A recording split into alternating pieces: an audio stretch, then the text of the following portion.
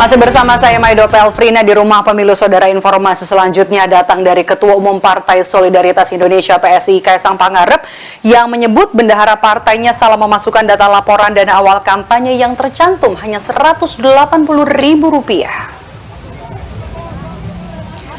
Data ini tercantum dalam laporan awal dana kampanye di KPU per 7 Januari 2024. Kaisang mengklaim seharusnya dana awal kampanye PSI mencapai belasan miliar rupiah.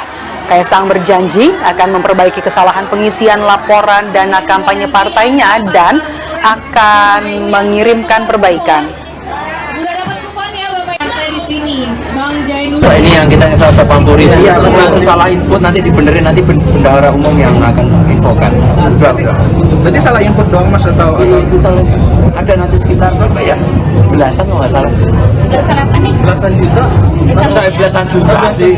Belasan miliar Mas. Ada. Nanti nunggu aja, nanti ada dari bendahara umum aja langsung. Belasan rupiah, belasan juta atau belasan miliar? Ya itu. Oh, alah. Baru kemarin malam saya lagi minta untuk benerin semua. Hari ini insya Allah sudah selesai, kan revisinya maksimal hari Jumat gitu. Nanti akan ada revisi. Komisi Pemilihan Umum KPU memberi waktu kepada Partai Solidaritas Indonesia PSI untuk segera memperbaiki laporan awal dana kampanyenya yang hanya tercantum sebesar Rp180.000 saja. Kendati belum ada denda, KPU menekankan jika PSI tidak memperbaiki hingga waktu yang ditentukan, masyarakat yang akan menilai tidak transparannya partai politik.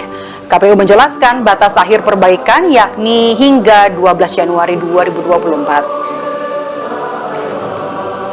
Setelah kami menerima dokumen LADK yang disampaikan oleh Partai PSI, kami juga mengkonfirmasi.